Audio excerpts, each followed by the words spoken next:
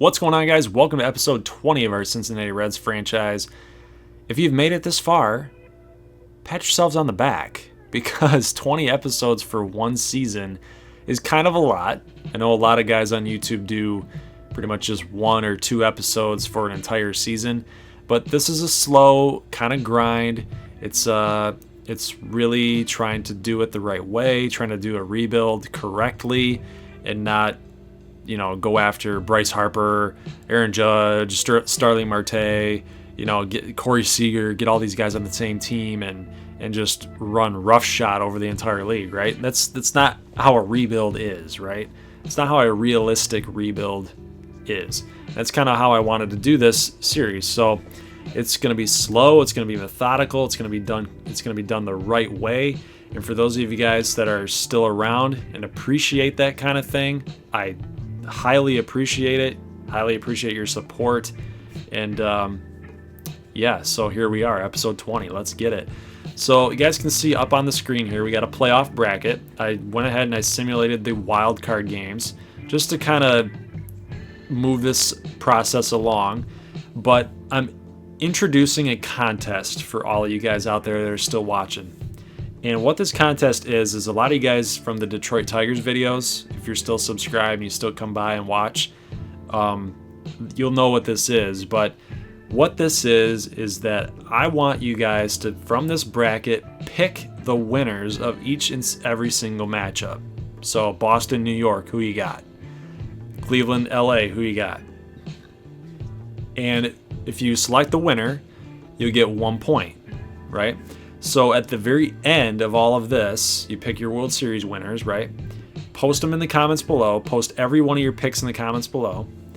And whoever gets the most points at the end will be my off-season advisor. There could be more than one off-season advisor, because if you guys tie, then there could be more than one.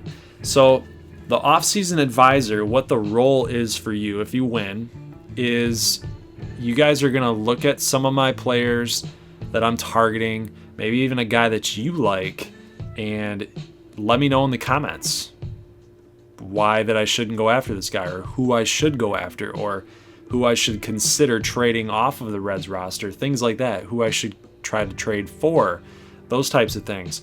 So it's a big duty. It's a big role to fill, because whoever you guys start recommending to me, whoever's papers you start pushing towards me on my desk type of thing, think of it like you're the analyst and I'm the general manager. If you're recommending a guy, or you're telling me to go after this dude, or maybe we need to trade this player off this team, I might just do it, right? You might convince me enough to where I might actually do the trade, or I might actually pull the trigger, and it's going to affect this team in the long haul. It will. There's no doubt about it. Every move that we make here from this point on, even the trades that we made this season, are going to affect how we do as an organization. So treat it like that. Treat it as if it's a big responsibility, even though it's fake. I know, I get it. But it's just fun to do, right? So that's what I want you guys to do in this episode, is post in the comments below from this bracket who you got. And then for every pick you get correct, you get 1 point. Whoever has the most, you become an off-season advisor. So I think it'll be fun. It'll get more involvement, more engagement going on, so that'll be good. So talked about that. In this episode, what I want to do is I want to go over the final Reds roster, look at how they did, even some of the guys that we called up as part of the September call-ups, and it'll be really brief, I promise. And then from there, I'll go over the awards, the final awards, and then the final standings, and then that'll be it for episode number 20. Episode 21, I'll already have your guys' picks for the World Series picks, and then we'll go ahead and simulate the World Series in episode 21 and head right into the off-season. We'll look at a list of guys, a list of free agents, and then that way the off-season advisors have a chance to kind of analyze who I should target, maybe who I should trade off the team, if I can sign a guy in the free agents that would end up taking a job away from our current players, that kind of thing. So that'll be episode 21. So basically this this process for the offseason is basically show you the content, advisors comment, show you the content, advisors comment, so on and so forth. So it's kind of a give, take, back and forth. So let's now, guys, go ahead and take a look at the Reds roster. And I want to just show you guys briefly how everybody did at the very end of the season, because that's where we're at. Joey Votto, 27 home runs, 85 ribbies, 328. I'm going to take that from Joey Votto all freaking day. That's a very Joey Votto-esque type of stat line. How many walks did he get? That's what I want to really know. His OBP was over 400. That's obviously really good. Had over 100 walks again. So Votto, doing pretty well. The strikeouts were up, though, which is kind of a sign of his aging. So that might be something we might want to look at in the future. Billy Hamilton, let's see, 6 home runs, 48 ribbies. That ties his career high. Stolen bases were down, though, 258, not too bad. So Hamilton had a good season himself. So I'm not too concerned about Billy moving forward. Eugenio Suarez, 26 homers, 87 ribbies. I mean, the guy's just consistent.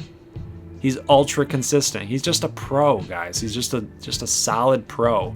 There's nothing inherently wrong with Suarez. I would love to keep him on the roster in 2019. Luis Castillo, we shut him down in September. 173 innings pitched. I didn't want to push that. Most frontline starters really go like 200 type innings. I know Verlander, Kershaw, Scherzer do that all the time, right? But 3.43 with a 1.2, I would say that's a really good season for Castillo. 11-10, that's just based on the team that he has, right? And the type of pitcher that he is. He's still young, only 1 year of service time. I'm not concerned about Castillo. I think he's a number 2 guy. Really, I really do. With the potential of reaching a borderline number 1. But if you're really looking to like win a World Series, Luis Castillo would be like a perfect number 2 type of pitcher, at least right now, right? I mean, in the future when he's maybe about 30, 29 or 30, maybe he's going to be just absolute boss level, but we don't know that right now. All we know is, well, what we know. But let's check out Jose Peraza, 249 with 7 stolen bases. So between him and Hamilton, the stolen base numbers were down. And I know that I like to steal with Billy and I like to steal with Peraza, but I think how the CPU sims, they don't do a lot of stolen bases with guys unless you've got like elite speed, which Billy Hamilton did, and he still didn't reach the 50 plus stolen base plateau. But Peraza had a pretty good season, 53 RBIs. It's his career high. He had the most at bats that he's ever had, the most runs scored he's ever had, the most hits, and that's probably because he played more games. Only 5 more games though. So Peraza is definitely on the up and up. He doesn't really have the arm strength though, in my opinion, to play shortstop, and his arm strength is a 59. So a lot of those throws in the Miami game, I started really noticing it. I probably should have noticed it a little more at the beginning of the year. But yeah, there's a lot of throws that were really, really close. And 59 arm strength is not really going to cut it at shortstop. So maybe Peraza is more of a second baseman, which brings us to Scooter Gennett, who in real life is batting like over 400 in the last month. I only know that because he's on my fantasy team, right? He's just doing amazing. 141 hits, so that's a career best. 17 home runs, 72 ribbies. That's still a very, very good year for Gennett. Didn't replicate last season, though, the 2017 anomaly that was 27 home runs and almost 100 ribbies. 295 last year, 244 this year. So, Gennett had a good season. I can't complain. I can't complain at all. He had a very, very good year. But he's a question mark. He's a question mark for us. I know he can play outfield. Is he a second baseman? I'm not sure. His fielding isn't that spectacular at second. 66, 50 arm. maybe he's not an outfielder. Maybe he's mostly a DH, which we can't really use, right? Because when I look at Peraza, either we just deal with the arm or he becomes a backup second baseman. I don't know. That's just a big time question mark between the middle infield with Peraza and Gennett, because we can't have a shortstop throwing across the diamond and not getting guys out. Routine ground balls, we got to get those outs. Tucker Barnhart did not have the best season of his career, but still some pretty solid numbers out of a catcher. 249, so almost 250, right? You'll take that out of a catcher. He's a defensive gem back there, so I do like Barnhart in that regard. Take a look at Scott Schebler. I was concerned, you guys heard me in the last episode about, I was concerned if he was even going to reach the 100 RBI plateau, and he did. He finally got there. 101 ribbies, 32 bombs, 260 batting average. I like it. I love it. I love me some Scott Schebler right now. And the thing is I was really dogging him, guys. I was really dogging him at the beginning of the year. And I hit 2 bombs with him in Miami. I love it. I love Scott Schebler right now. He's really good. I don't see us moving him unless we have another really bad year, right? DeSclafani, 4.86 with a 1.4. Not too good. Not too good. I said it before, guys.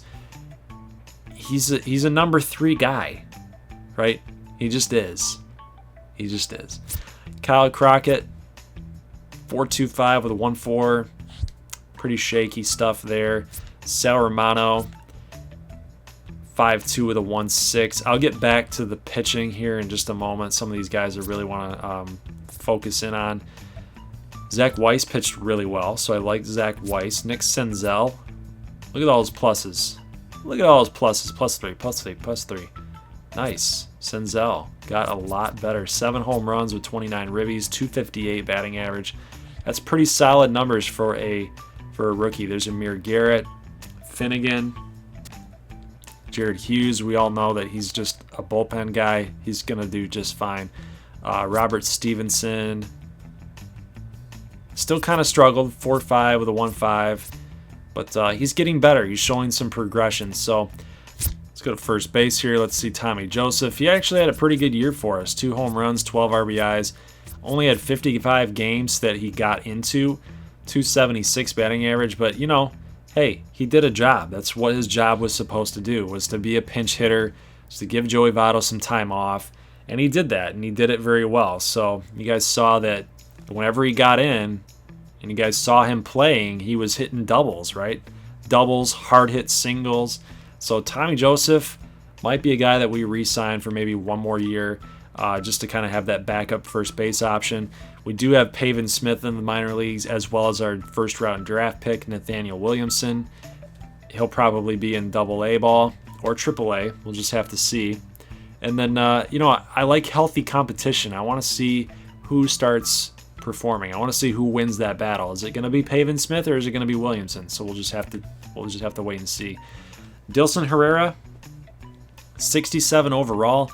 I really want to do it. I really do. I want to call him up. I want him to be a backup second baseman, but I think I'm just really comfortable with Alex Blandino, guys. Like, he doesn't have the hitting stats that Herrera does, but he's just a little bit more solid, more all around with fielding and hitting versus Herrera. That's just kind of how I look at it. We'll just see how Herrera does down in the minor leagues as we open up 2019. But Blandino, I was really comfortable with hitting with him, more so than Herrera. I know I had that double against the Dodgers with Herrera, but I just like Blandino. I just like hitting with him. Let's see. No shortstops really to look at here. Garcia played well in limited time. Kevin Maitan didn't get the call for Major League time in September, so that we can't really look at his stats.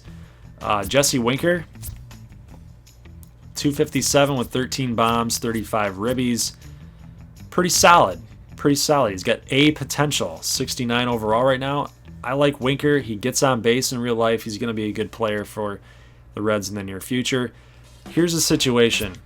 Taylor Trammell absolutely killed it up here in the bigs in the month of September.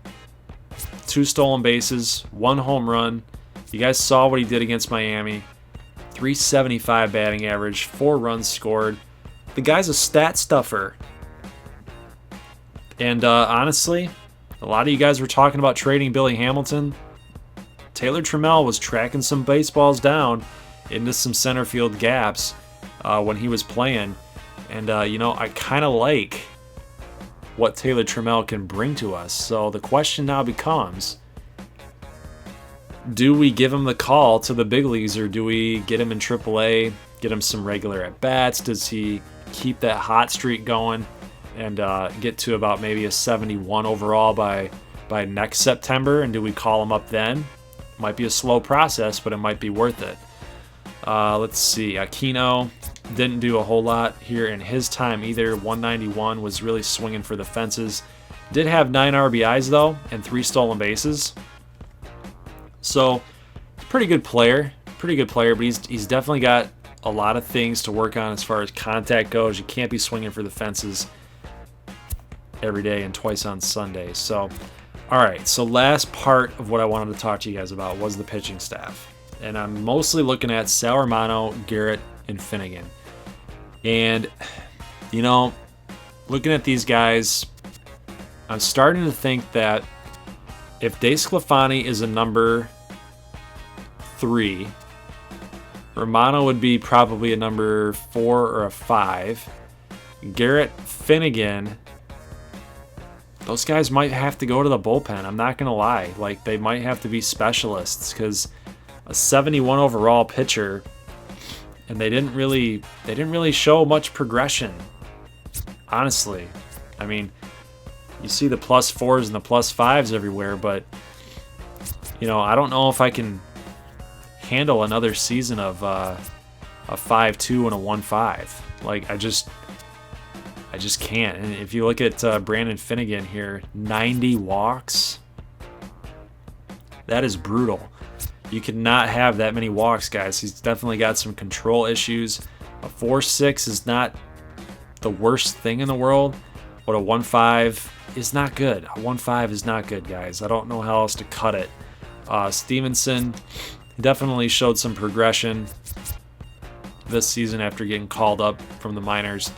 But again, a 4.5 isn't the worst thing, but a 1.5 whip is. So definitely got to start focusing on the pitching staff as we move into the offseason. Matt Harvey, 4.3 with a 1.5. He didn't have that too good of a season as well, but you wonder how much of that was with the Mets versus the Reds, because when we had him, he was pitching really well. Tyler Mahle, in limited time, pitched very, very well for us. Limited the damage with a 2.9, but the whip pretty much tells the story here. So he's definitely gives up some hits, some walks, definitely gets a lot of guys on base. But the 2.9, I like his ability to get out of jams, that's for sure. So that's pretty much it for the pitching staff. I know some of these guys got some playing time. Hunter Green only pitched 1 inning, and I really wanted to make that realistic, because honestly, guys, in 2018, I don't see Hunter Green getting a call to get called up. And, you don't want to ruin an 18-year-old's confidence. I don't think a guy like Hunter Green is going to have his confidence rattled whatsoever, but I just wanted to call him up to our 40-man September roster to show you guys what he's got. And it was pretty dang good, I'm not going to lie. That running fastball reached up to like 97 at max. Good breaking stuff. So I like what I see out of Hunter Green. He's going to be good for a long, long time. So, all right, so that's going to be it for the rosters. Let's just check out the standings really quick. You guys can go back and check these out. But you got the Cubs that win the Central. The Dodgers win the West. Yankees with 107 wins. Indians at 87. Twinkies at 84. Missed the playoffs by like 3 games. It sucks. Angels 99. Astros. Interesting that the Angels beat out the Astros to win that division. And then you got the Red Sox getting the wild card, you got the Nationals, and then there's your playoffs right there. So let's check out the awards, and then we're going to end this episode and head to episode 22 with your guys' picks. So let's check it out. We got the MVP of the National League is Clayton Kershaw, 188 with 239 Ks. Like that's just monstrous, guys. Like, my God, he's just insane, absolutely insane. You guys look at 2016's numbers, only had 149 innings pitched, which was statistically his best season, but by sample size, I think this is probably his best year. No joke. Over 240 innings with that kind of performance. That is unreal. I mean, a lot of you guys might be able to argue maybe 2013 was his best year. 232. It was pretty much the most comparable year. That's for sure. He went 16-9, but he did have more losses back then, and he had more wins here and only 3 losses. Right? I think 2018 was his best season ever. Let's go to the Cy Young. Obviously, if you're a pitcher winning the MVP, you're going to win the Cy Young, or you should. Posey wins the batting title. Paul Sewald wins the reliever of the year at 54. Acuna wins the Rookie of the Year for the National League. No surprise there, because, I mean, who else are you going to pick out of the National League? I can't really think of anybody off the top of my head. At the time of this recording, though, Acuna suffered that injury, and I don't know what the extent of it is. I hope it's not long, because the Braves need him paired up with Albies to really keep that momentum going. So hopefully nothing happens too crazy for him. Hank Aaron Award for the National League goes to Paul Goldschmidt. And then we got the Gold Gloves there and the Silver Sluggers, so I won't really touch on those. I just really wanted to hit on the MVPs and the Cy Youngs. Aaron Judge wins the American League MVP, 66 bombs, guys. That is insane. That's insane. This guy is legit. I mean, everybody thought after 2017 that it was juiced balls. I don't know, man. 66 home runs. He's got over 149 RBIs in 2 seasons. Yeah, Aaron Judge is here to stay, and he's definitely going to be one of the all-time home run leaders if he can keep this pace up, for sure. Cy Young goes to Garrett Richards. Apparently, just winning 20 games is like the ticket to winning a Cy Young, because that ERA is not the best. 3.44, and you win a Cy Young. I probably would have picked somebody else. Jose Ramirez wins the batting title. No surprise there. When you're getting 328, it's a pretty dang good season. Will Harris gets 50 saves, wins reliever of the year. And, of course, no surprise there either. Shohei Ohtani wins Rookie of the Year as a pitcher, right? 180 strikeouts, went 11-8. So the question is do you guys know, because I have not played as the Angels and I haven't played against them either, do you guys know who have had experience versus the Angels or with the Angels? Can you use Ohtani as a DH in this game or not? Because the stats are there. He can hit. I mean, do you have to play with him as a National League team to be able to hit with him or what? Because I kind of want to know. Aaron Judge wins the Hank Aaron Award, of course, right? And then you got the Gold Glove winners. So that's it for the awards, guys. And that's going to be it for this episode. Hope you guys enjoyed. Again, put your picks in the comment section below. I'll look forward to reading those. And in episode 22, we're going to see who the winners are. I will go over a list of free agents. And from there, we'll figure out what the winners want to do and how we want to approach the offseason. So, again, doesn't mean I'm going to take everything you guys say and I'm going to do it, right? I'm just going to analyze what you guys are thinking and make my own call based on your opinions. So, guys, that's going to be it for this episode. Hope you guys enjoyed. Leave a like if you did. And if you're new to the channel and you like it, love it, and you want more of it, you guys know what you got to do. Hit that little red button for a subscribe or my logo in the bottom right-hand corner. And I'll see you guys in the next one. As always, peace.